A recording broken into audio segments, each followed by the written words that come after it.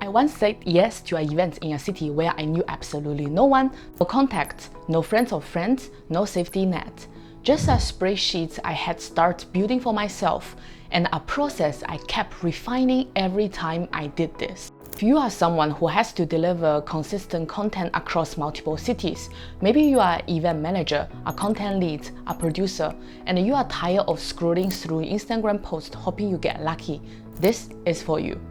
Today, I want to walk you through exactly how I screen, track, and build a crew roster in any city, not just finding one photographer, but creating a reliable, repeatable pipeline. Referrals, they are fine, but not enough. A lot of people start with referrals. Hey, do you know someone in New York? And honestly, referrals can work. They are often the fastest way to find someone decent. But over the years, I learned not to rely on them as my only method. Here is why. First, referrals come with a hidden bias. People tend to recommend friends or family sometimes, not necessarily the best fit for your specific event. I once got recommendations from a person I really love working with. It turns out they were pushing their cousin. So when the quality wasn't there, giving honest feedback became awkward. And that's the last thing you want right before a live event.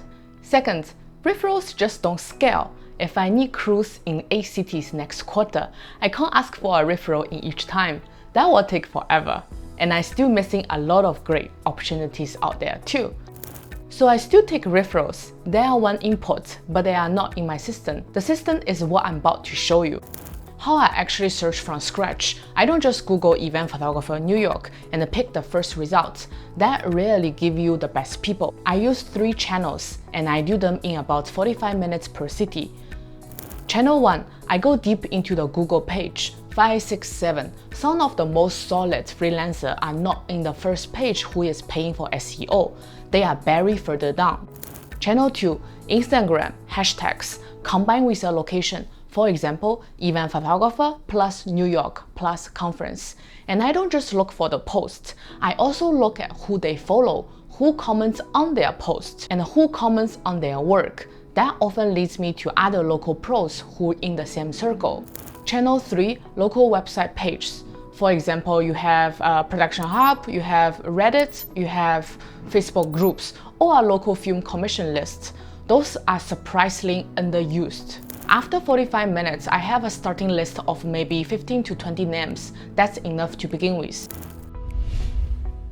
What I ignore in a portfolio and what I actually look for. When I open someone's portfolio, I skip the hero shots, the money shots, the beautiful, perfect lead images that make you go wow. Those doesn't tell me much about how they will handle a live event. Instead, I look for 3 things, but let me just walk you through them. First, real-world lighting. I scroll past studio portraits or fashion sets. I'm looking for photos taken in a dim hotel ballroom, or on a stage with crazy colored LED lights, or in a conference centers with ugly fluorescent ceilings. That's where we actually work. If someone's entire feed looks a controlled studio, that's a little bit red flags for event work. Second, consistency across the whole gallery. I don't care about that one amazing image. I care about the image number 12, 24, 26. Can they keep the quality steady for 6 hours on a live event? Because you don't need one money shot. You need usable frame from start to finish. Third, I'm looking for real people, not models. If every single person in their portfolio looks like a professional model and everything is perfectly staged, that doesn't automatically mean they lack event experience, but it's a sign to dig deeper. Ask yourself, would they know how to handle a CEO making a weird face or a guest walking through the frame? If I can't find a single candidate's unscripted moment in their work, I treat that as a yellow flag. Not a deal breaker, but I will pay attention. A quick 2-minute test you can do right now. Here's something you can try today. Open a photographer's Instagram, scroll past their first 6 posts, try to find one image or clip taken in a dark or mixed light room with real people, not models. If you can't find a single example, maybe just move on. That person might be great for portraits, but probably not for your conference. What matters more than talent? Reliability. Over time, I've learned that I'd rather hire someone who is a 7 out of 10 visually and a 10 out of 10 on reliability, because on a 12-hour event day, you are essentially spending the whole day together. If they are unreliable, the content will suffer, no matter how gifted they are. How do I know it before I hire them? One thing I look at is a range of experience.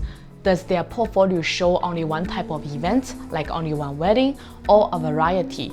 Conference, dinners, brand activations, unpredictable settings. Variety tells me they've had to adapt under pressure. Another thing is how they communicate, but I've learned to be careful about this too. Reply speeds also depends on the local business culture. In some country, a 24-hour reply is completely normal and professional, so I don't treat slow as bad. I treat no reply after 2 follow-ups as bad. What I actually pay attention to is what they ask about too. Do they bring up logistic, loading time, backup plans, or do they only ask about budget? I have a simple way of scoring replies in my head. If someone's first question is only about budget and they don't ask anything about this project, that's a yellow flag. If they ask about budget first and then follow up with relevant questions, that's also fine. The best ones, the ones who go straight to my top list, they ask about deliverables, schedules, logistic, even before the money conversation. Those people have done this before. And along the meeting, I will always ask something like this, just to confirm, in your own words, what are the 3 must-get shots for the day? If they cannot answer that clearly, that's also a warning sign. Always write down and confirm all the short priorities in an email or sending out all the documents.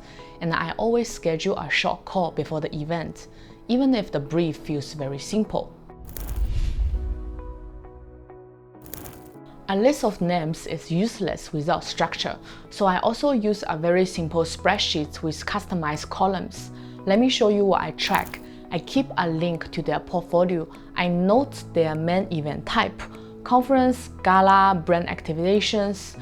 I track how many years they've been shooting events, not the total experience, because years of events usually means they've been under pressure many times.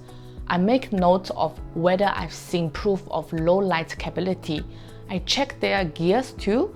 Can they cover both wide scene and the tighter portraits? Then I will also take a note on their replying speed, roughly maybe like under 5 hours, under 24 hours, or 3+ days. And I give a simple reply quality score from 1 to 3.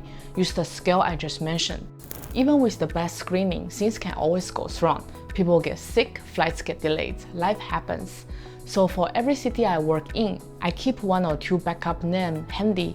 If someone no-show or really under-delivers, I reach out immediately. And most of the time, I can find a replacement within a few hours.